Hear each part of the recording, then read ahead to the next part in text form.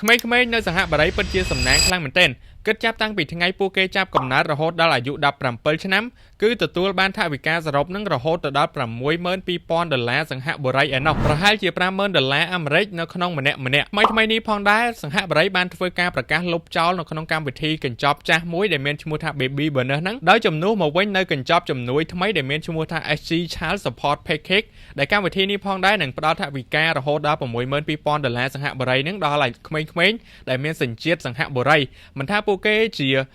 កូនទីប្រមាណទេនៅក្នុងគ្រួសារកូនទី1កូនទី2ទី3ក៏ដោយឲ្យតែមានសញ្ជាតិសង្ហបុរីពួកគេនឹងទទួលបានថវិកាទាំងអស់នេះហើយក្រៅពីប្រាក់ឧបត្ថម្ភទាំងអស់នេះហើយគេក៏ធ្វើការផ្ដល់ថ្ងៃឈប់សម្រាកនឹងរហូតដល់12ថ្ងៃឯណោះដល់ឪពុកម្ដាយសម្រាប់ការមើលថែទាំកូនរបស់ខ្លួននឹងបន្ថែមទៀតហើយអ្វីដែលកាន់ពិសេសថែមទៀតនោះគឺគេបានធ្វើការបន្ថែមឱកាសនៅក្នុងការចាប់ឆ្នោតដើម្បីធ្វើការទិញផ្ទះរបស់រដ្ឋ BTO ហ្នឹងដល់គ្រួសារដែលមានកូនដើម្បីធ្វើការកាត់បន្ថយទៅលើការបង់ថ្លៃសាលាថ្នាក់មន្ត្រីរបស់រដ្ឋហ្នឹងមកត្រឹមតែ$150ទៅ$300តែប៉ុណ្ណោះហើយកញ្ចប់ជំនួយថ្មីនេះផងដែររដ្ឋាភិបាលរបស់គេនឹងធ្វើការអនុវត្តចាប់ផ្ដើមពីថ្ងៃទី1ខែមេសាឆ្នាំ2027នេះតទៅហើយដោយដែលបងប្អូនដឹងស្រាប់ហើយថាសង្ហបុរីគឺជាប្រទេសដែលអភិវឌ្ឍប្រទេសជឿនលឿន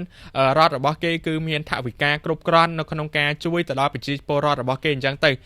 ប្រជាពលរដ្ឋរបស់គេជួបទុក្ខលំបាកបែបណាគឺរដ្ឋរបស់គេតែងតែរកដំណោះស្រាយហើយផ្ដល់ជា